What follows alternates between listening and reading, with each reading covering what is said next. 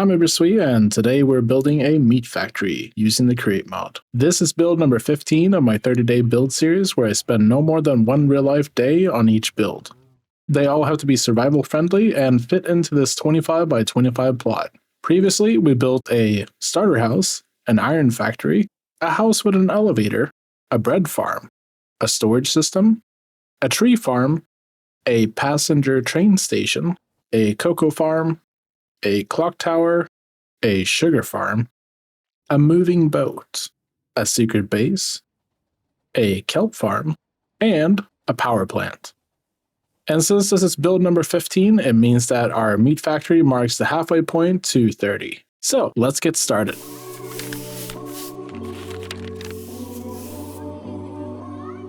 I start by first clearing out an area. I like to give the build a random shape here, which I will try to follow as I build up. Then I decided to use deep slate bricks, and cracked bricks for the walls.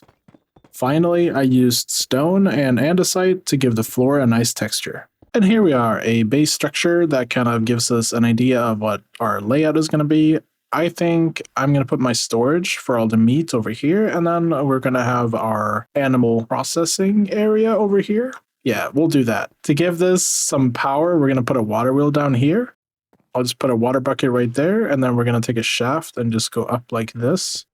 I'm not sure how high it's going to be, but something like that. I just need like a power source for our like animal feeders because we're going to need to feed our animals. They're going to be up here. So the animals are going to be sitting on seats and we need a way to collect all the meat as they are processed. So let's set that up. Now we need a place to store our items. So we'll put a vault right here.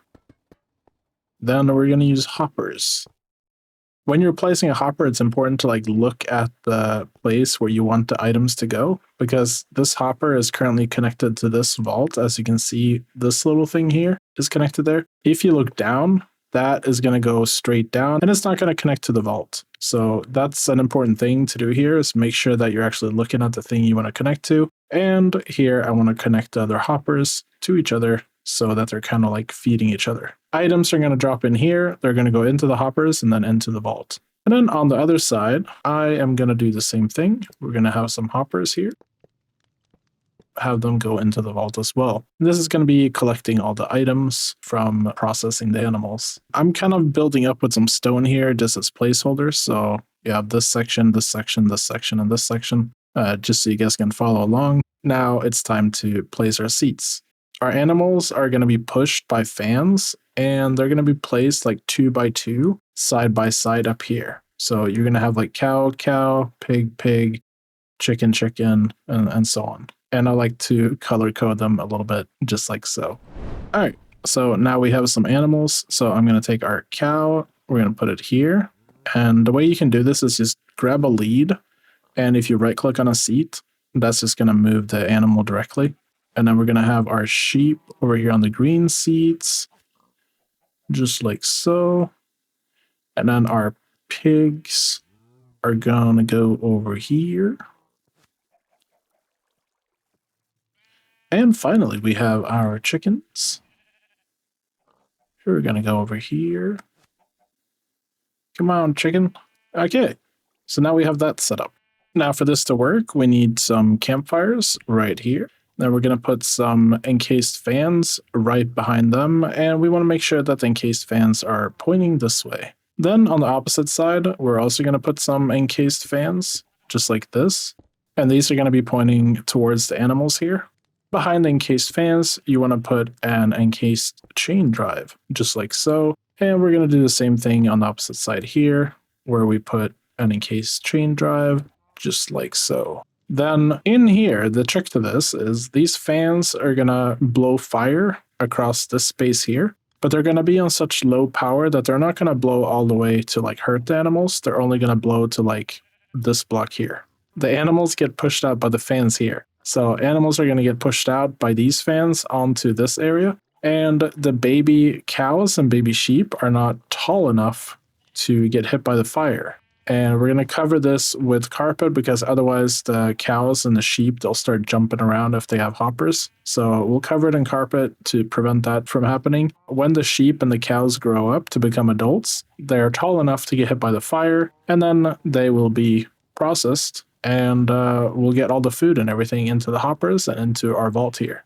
Now for our pigs and our chickens, they are a little bit shorter. And even if they're full grown, if they're standing on carpet, they're not going to be tall enough to get hit by the fire. So therefore, we need to have slabs in here. So with the slabs, the baby chickens are not tall enough to get hit, but the grown chickens and the pigs will be tall enough to get hit by the fire and then will be processed as well. And the way hoppers work is they can pull through half blocks or blocks that are not full blocks. Therefore, we can pull items through the slab via the hopper and into our item vault. Now, to feed our animals, we're going to be using deployers. So we'll go one higher with this shaft, and then we're going to put a gearbox right here and rotate it with our wrench. Then we're going to put a deployer here. And as you'll see, it's tall enough to feed the sheep or the cow now. So that's the height where you want the deployer. So it's like you have the seat here, and then it's 1-2 blocks up. We're going to put a deployer here, and we're also going to do it on the opposite side. So we want another deployer here, and another deployer there. And then we want our encased chain drive here. You want 2 deployers here, and then we're going to put a gearbox right there. And then we want another 2 deployers right here. And if you accidentally put it like this, you can hit this spot right here to flip it around, but now I'm flipping everything. Now, for the actual filters, for the chicken, we need to set it to wheat seeds. So we'll put this on either side. For the pigs, we'll put carrot on either side here. And then for the sheep and the cows, they love wheat. So we're going to place that there. The way this works, to give a small demonstration, is if we give this some wheat and we also give this some wheat, it's gonna feed the cow, and then since they're standing next to each other like this, they'll be able to make a baby. And there you go, a baby cow. Of course, now it's not gonna get blown down because it's, there's no fans. We'll put you underground somewhere. Okay, never mind. Now we're also going to need a way to feed our animals. So what I'm going to do is I'm going to clear out a square plot of land here where we can plant some wheat and stuff. We're going to place some hidden water right here. And I also like to just place water under the walls because we need water for our plots, but I like it to be hidden and, not take up space. There we go. We'll cover that up. And then we just need to hoe our soil here. There we go. And the reason for the water placement is because if you don't have the water, then it's going to turn back into regular dirt blocks. Very important to place down some water so we can hydrate our soil. Now, down here in the middle, I'm going to dig out a hole where we can place a water wheel. And we need it to be a little bit deeper like this because I always like to put a clutch on my water wheels just so we can turn them off if we have too much, in our items. We can actually put this down, and then we should be able to put our mechanical bearing right above it like so. And then we're going to go down here, and it looks a little bit rough maybe, but we're going to put some water back there in that corner, and then we're just going to block this off. Now our water wheel is spinning, so we have that. And then we can place a clutch here, and now we have power going up to our mechanical bearing.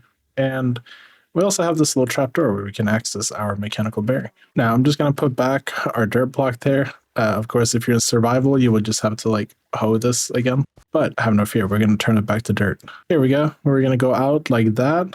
I don't want to do the entire side. I don't want to go all the way out because I kind of want to leave a little bit of I want to leave some of the wheat just sitting here for decoration. So that's why I don't want to go all the way out. But yeah, up here on top of this, we're going to put a chest. And then I don't know how high we need our portable storage interface. So we want our stuff to go up here to these deployers. So we're probably going to want to have this fairly high, just like that. And now we'll go ahead and grab our super glue, and we're just going to glue everything together So we want to glue that section first. Then we can take and click here and then glue our harvesters.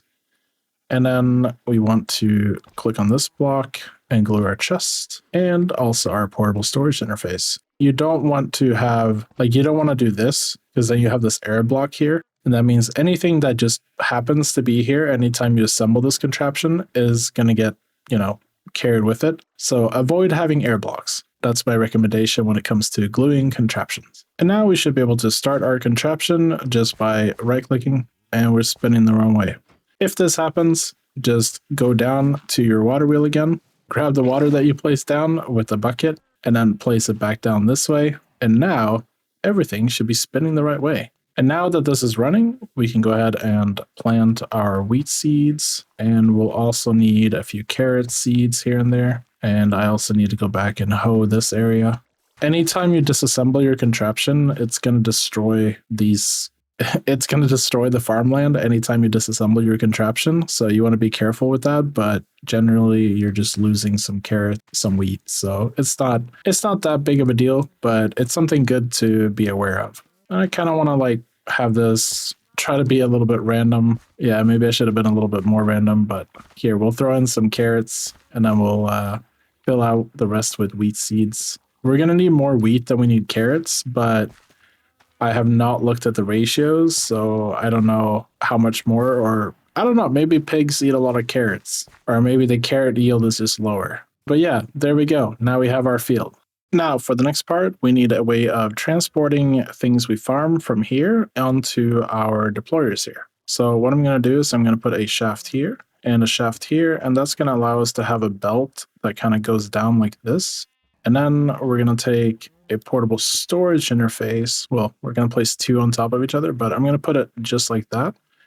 And then have a brass funnel here. And that's going to allow us to extract items from the portable storage interface. And as soon as our belt starts moving, we'll be able to actually extract things. Now, our harvesters haven't harvested anything because the carrots and the wheat is still growing. So with time, that will also start. Then I'll take the belt and we're going to extend it by placing two shafts like that. And then right-clicking with the belt, we can extend it all the way down. I think I want to go that far. And then on the opposite side here, we're also going to want a belt, and this is going to go all the way down as well. I'm not sure what I'm going to do here. I think maybe we're going to shorten those, but yeah, this is kind of the preliminary idea. And then I think we're going to want an internal belt here that just splits items. We'll have a tunnel that splits items and then brings items down here. And also on this side, and then it's going to feed into our deployers. We're going to go ahead and remove this shaft, and we'll place a gearbox here. And then we're going to place a funnel on every deployer like this.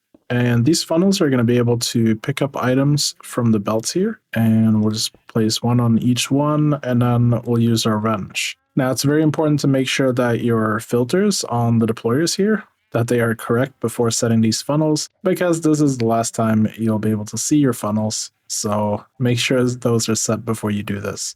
And then we're going to place a brass tunnel right here, and this is going to be able to split the items. I think we just want the default split distribution method, but there are many ways that you could split inputs if you wanted to. Okay, I think I put this in the wrong place. So we're going to put the gearbox on the opposite side here, and then we'll use a shaft to connect that. Like so. And I think that's going to move everything in the correct direction. We'll have to see later, but I think that's the right way to do it. And then we're going to put our encased chain drive here. That's going to connect these two belts to make sure that they're moving together. And then I want to shorten these belts a little bit because they're a little bit too long now. And over on this side, we're going to place a belt right here. You can connect it just like so. And we're going to extend it by one. And then I don't know how far it's going to go, maybe only like this, but we're going to need a way to trash items that don't get matched with anything. So that's what this is going to be for later. And then we're going to want a speed controller over here with a cog right there. And then we're going to connect that to our existing power with a shaft. I'm going to put a gearbox here and a shaft like that. And I think that is going to connect all our belts to make them move. Maybe not.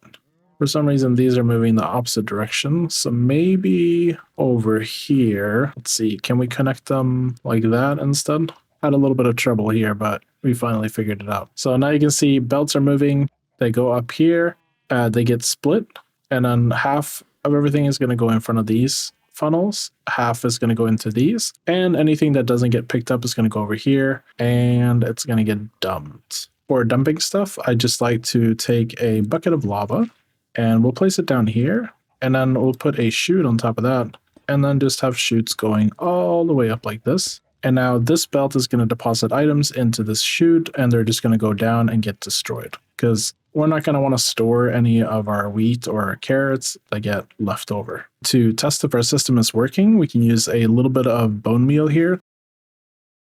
Yeah, now that we have bone mealed some of our crops here, we can see that things are actually getting picked up, and they're going over here. And I'm recording this on the Gearworks SMP, so we do have like Farmer's Delight and stuff, which is why you're seeing this. But everything I'm doing here is vanilla create friendly, so you don't need any like additional mod packs or anything or add-ons to actually do these builds. For our encased fans, I'm actually going to go ahead and just take power here from the middle. So, and I think everything is still moving the right way. Yeah, thanks to our speed controller, the belts are going to keep the same rotation even if we reverse it here with the gearbox.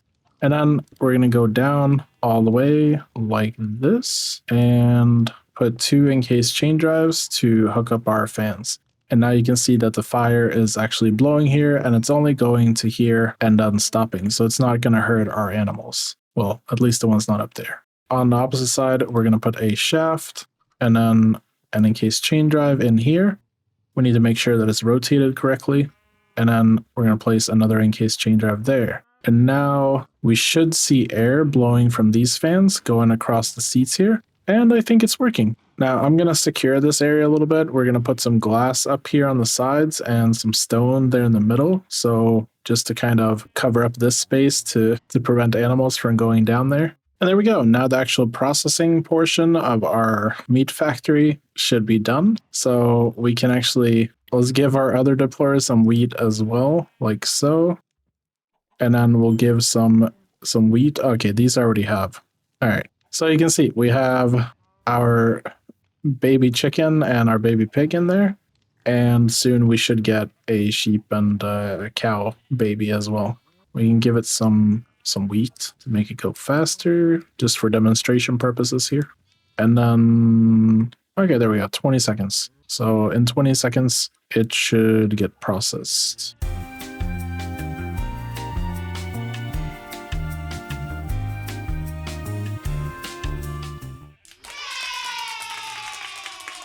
And there you go. That's how our meat factory works. Now, if we check in here, we have 2 cooked mutton and some white wool. And we've already gotten like 4 eggs just from the chickens sitting there and laying eggs. So that's kind of neat.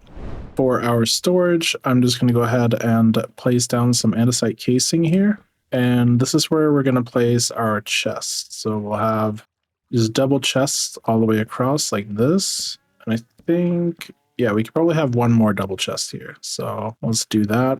And then here at the back, we'll have like a chute that goes down like this, and that will catch any items that we no longer want. And we'll have a belt going over here and some smart chutes under it, like so. These smart chutes can have filters, so we can like filter the items that we're getting. And we can also open the chest under the filters like this, because the chutes don't actually like count as a full block, so they don't block chests from being opened.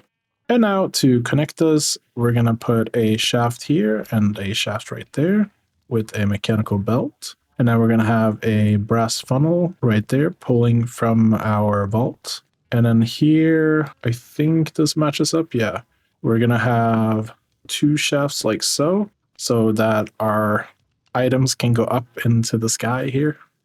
And yeah, we'll connect these 2 with an encased chain drive, just like that. And I think we can actually pull power from back here, maybe. So this is spinning the opposite way of what we want. So if we grab this gearbox here,